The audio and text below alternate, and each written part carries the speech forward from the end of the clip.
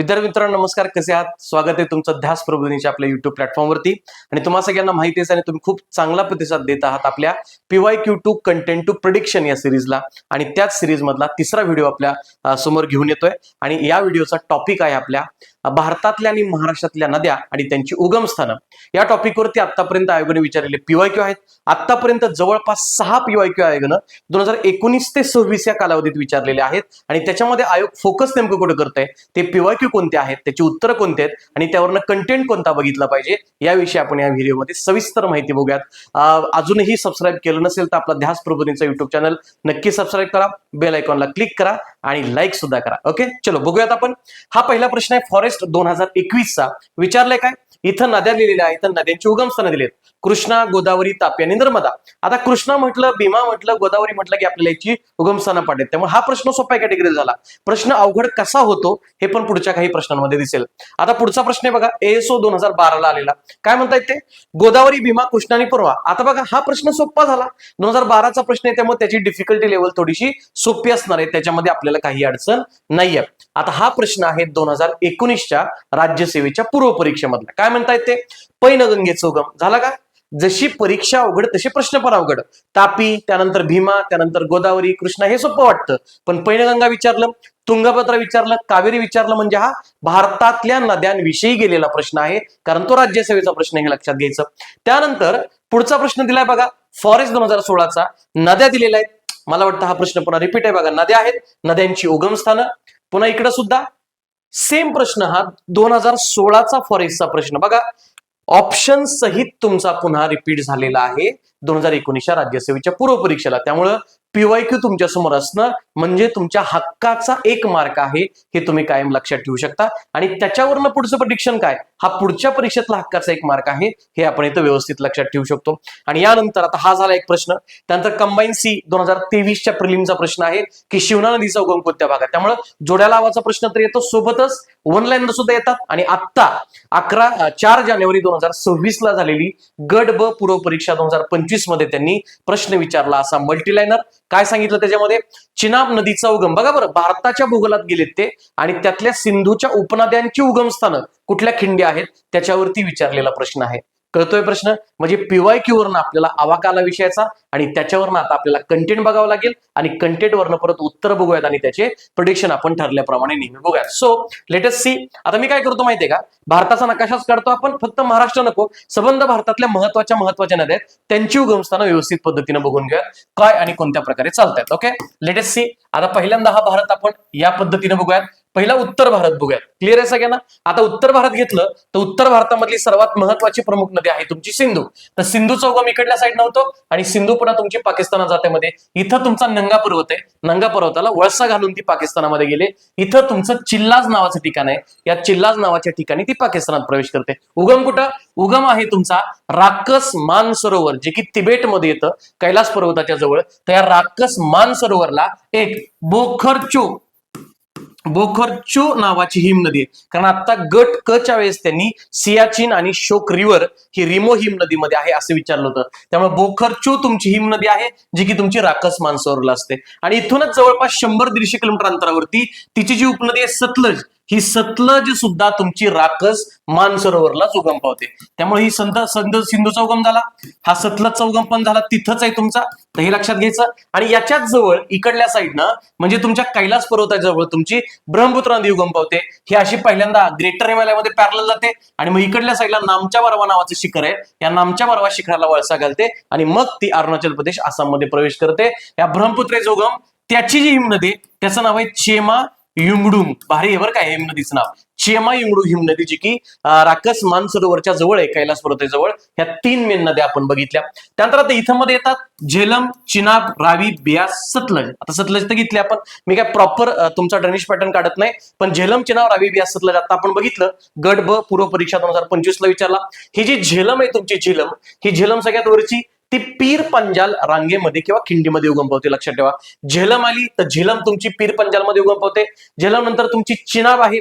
चिनाब जर घेतली तुम्ही इकडल्या साईडला तर ती चिनाब तुमची बारालाच्या लाच्या जवळ उगम पावते, हे लक्षात घ्या. बरोबर ना, झेलम घेतली पीर पंजालला, चिनाब घेतली बारालाच्या ला, नंतर झेलम झाली, चिनाब झाली, तिथे खाली आहे रावी. रावी घेतली की रावी तुमची रोहताक नावाचा पास आहे किंवा रोहतक नावाची खिंड आहे, तिथूनच बियास पण रोहतक खिंडीच्या जवळूनच आहे, याच्यामध्ये अडचण नाहीये. आणि त्याच्या खाली सतलज आहे, ती तुमची सतलज इथं राकस मानसरोवरला आहे, हे आपण इथं व्यवस्थित लक्षात ठेवू शकतो. All good. तर सिंधू झाली, सिंधूच्या उपनद्या झाल्या. आता इथं आपली महत्वाची राहिली की हो, भारतातली सगळ्यात लांब नदी जी काय आहे तुमची गंगा. आता गंगेचा उगम तुमचा इकडल्या साईडला गंगोत्री या ठिकाणावरती होतो, पण गंगा उगम पावताना तुमची भगीरथ या नावाने उगम पावते, तर हे लक्षात ठेवायचं. आणि मग हिला अलकनंदा नावाची एक नदी मिळते इथून, ती अलकनंदा नदी बद्रीनाथच्या जवळ उगम पावते. ही बद्रीनाथ पासून निघालेली अलकनंदा इथं मिळेली भगीरथला, की इथून तुमची गंगा नदी पुढे सुरू होते, हे लक्षात ठेवायचं. देवप्रयागला इकडून तुमची यमुनोत्रीच्या ठिकाणी यमुना येते, आणि यमुना अधिक गंगा तुमचे प्रयागराज म्हणजेच अलाहाबादला एकत्र येतात. क्लिअर आहे सगळ्यांचं. तर या मेजर नद्या इकडल्या तुमच्या झाल्या, ते एक आपण इथं लक्षात ठेवू शकतो. आता इथं आलं राजस्थानच्या भागामध्ये, इथं तुमचा अरवली पर्वत आहे. अरवली पर्वताच्या दक्षिण साईडला दोन महत्वाच्या नद्या आहेत. एक लुणी म्हणजे लवणावती, ही लुणी नदी तुमची जयपूरच्या जवळ अरवलीच्या पर्वत रांगेत उगम पावते, हे एक लक्षात ठेवायचं. आणि त्याच्याच थोडं खालच्या साईडनं इथं साबरमती नावाची नदी आहे. साबरमती नदी पण अरवलीच्या जवळ, पण उदयपूर शहराच्या जवळ. अरवली पर्वतरांगाच्या दक्षिणलाच, पण उदयपूर शहर, आणि हे तुमचं साधारणतः जयपूर शहराच्या जवळ आहे. त्यानंतर इथं तुमचा विंध्य पर्वत आहे. विंध्य पर्वताच्या पश्चिम भागामध्ये इथं तुमची मही नावाची नदी उगम पावते. ही मही नदी कर्कवृत्तला दोनदा छिदते. फक्त मही नदी विंध्य पर्वत आहे, आणि लुणी आणि साबरमती नदी तुमचा अरवली पर्वत आहे, हे एक लक्षात ठेवायचं. याच्यावरती प्रश्न आयोगाने विचारलाय आणि पुढे सुद्धा विचारू शकतात, हे लक्षात ठेवायचं. ओके. त्यानंतर आता इथं तुमची नर्मदा येते बघा, मेजर नदी आली तुमची इथनं नर्मदा, मध्य भारताला विलग करणारी. इथून तुमची नर्मदा घेतली तर नर्मदेचा उगम तुमचा अमरकंटकला आपल्याला माहिती आहे, पण अमरकंटक हे मैकल रांगांमध्ये येतं, हे लक्षात ठेवायचं. त्यामुळे इथं नर्मदा घेतली तर नर्मदेचा उगम तुमचा अमरकंटक आहे, पण अमरकंटकाचा टेकड्या किंवा पर्वत घेतला तर ती मैकल रांग आहे, असं लक्षात ठेवायचं. आणि त्याच्याच खाली तुमची तापी उगम पावते. तापीचा उगम जो आहे तो मूलताई या ठिकाणी आहे. मूलताई जी की तुमची महादेव रांगांमध्ये येते बरं का.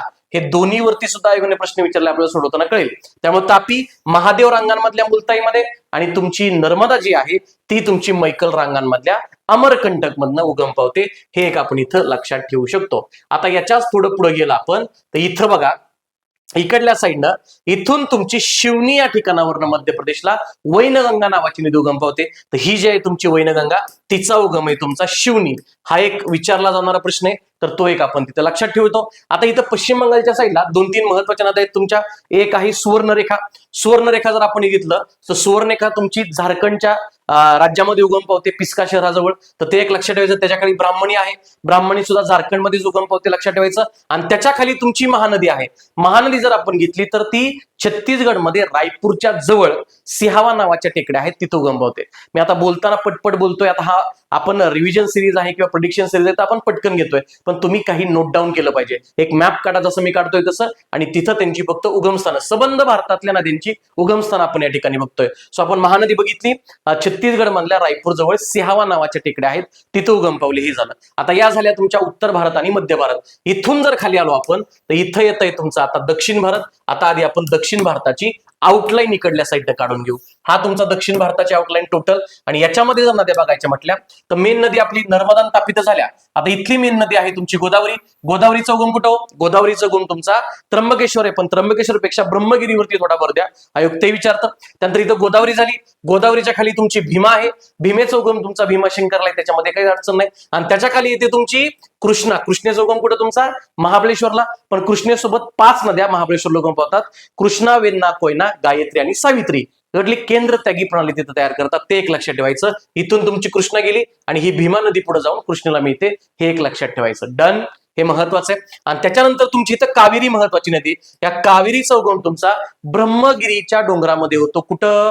कर्नाटकच्या तिथं बरं का. ब्रह्मगिरीचा डोंगर हा आपल्या नाशिकच्या त्र्यंबकेश्वर जवळचा गोदावरीचा, आणि हा तुमच्या कर्नाटक मधला कावेरीचा आहे. तर तो सेमच आहे, ह्या नावाने आपण तिथं लक्षात ठेवू शकतो. तर याच्यावरती तुमचे प्रश्न आहेत. हे झाली नद्यांची उगमस्थानं, हे एक लक्षात ठेवायचं. आता बघा, हे सगळं बघितल्यावरती बेसिक कंटेंट झाला. याच्यावरनं प्रश्न सुटतात का 6च्या 7 ते बघूयात आपण. चला, let us go back towards जे काही तुमचे क्वेश्चन्स आहेत ते बघा बरं. पहिला प्रश्न काय दिसतोय तुम्हाला इथं? पहिला प्रश्न आपण बघितला होता कृष्णा. बघा बरं, कृष्णा कुठं? कृष्णाला इथे महाबळेश्वर दिलं नाही, पण महाबळेश्वर कुठं हो? सह्याद्री पर्वतामध्ये. गोदावरी कुठे येते तुमचं? गोदावरीचा डोंगर तुमचा ब्रह्मगिरी लागला, त्यामुळे अ ला 4 आणि ब ला 1, अ ला 4 ब ला 1 असा ऑप्शन आहे. आणि याच्यावरनं पुढचं क ला 2. तापी कुठं बघितलं आपण? मूलताई. मुलताई कुठं आलं तुमचं? महादेव डोंगर रांगा. बघा बरं, ते मुलताईन मैकल केलेलं लक्षात आलं आपल्याला. नर्मदा अमरकंटक पण कुठे येतं ते? मैकल टेकड्या. म्हणजे लेअर 2 चा असू द्या, 3 चा असू द्या किंवा सोप्पा असू द्या, सगळे प्रश्न आपल्या कंटेंटवरनं सुटतायत. पुढचा प्रश्न बघा, गोदावरी लावा जोड्या परत.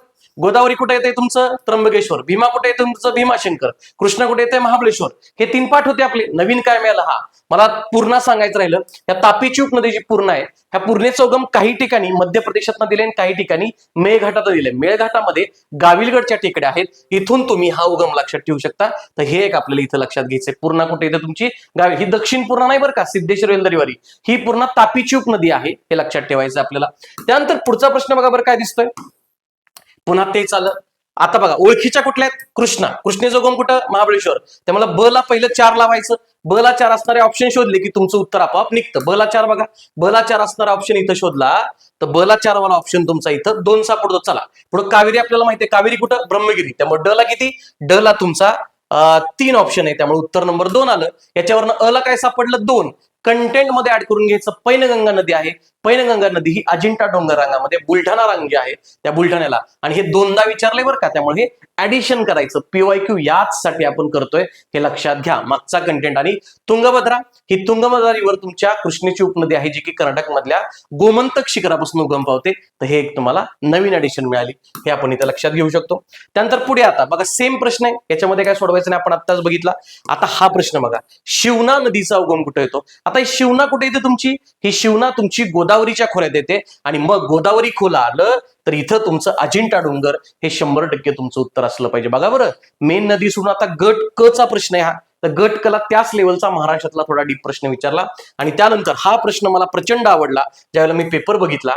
गट ब पूर्व परीक्षा 2025 4 जानेवारी 2026 चा प्रश्न आहे. चिनाब नदी जोजिला खिंड कुठे सांगितली? झेलम, चिनाब, रावी, बियास, सतलज. चिनाब नदी घेतली तर बारालाचाला पास आहे हिमाचल प्रदेश तिथं, त्यामुळे पहिलं विधान चुकलं. तर बघा आता डीप लेवलला प्रश्न गेला. मागचे 5 प्रश्न हे 2016 ते 2024 पर्यंत आलते, आणि हा प्रश्न लेअर 1 लेअर 2 ला झाल्यावर लेअर 3 चा डिफिकल्ट लेवलचा प्रश्न आहे, पण कंटेंट चांगला असेल तर सुटतो. रावी नदी, रावी आणि रोहतक असं आपण पाठ केलं. झेलम, चिनाब, रावी, बियास पण आपण रोहतक मध्ये पाठ केलं. त्यानंतर सतलज कुठं बघितलं आपण? राकस मानसरोवराच्या जवळ, जिथं सिंधूचा उगम झाला त्या जवळ. त्यामुळे ब आणि क बरोबर, अ चूक आहेत, बरोबर विचारलंय, त्यामुळे उत्तर येते तुमचं ब आणि क बरोबर. अशा प्रकारचं कंटेंट आहे. आता हे झालं पीवायक्यू आणि कंटेंट. शेवटचा याच्यामधला सेक्टर आहे तो म्हणजे याचे प्रेडिक्शन. एक लक्षात ठेवायचं लेकरांनो, नदी प्रणाली टॉपिक करत असताना 5 गोष्टी कायम लक्षात ठेवायचा.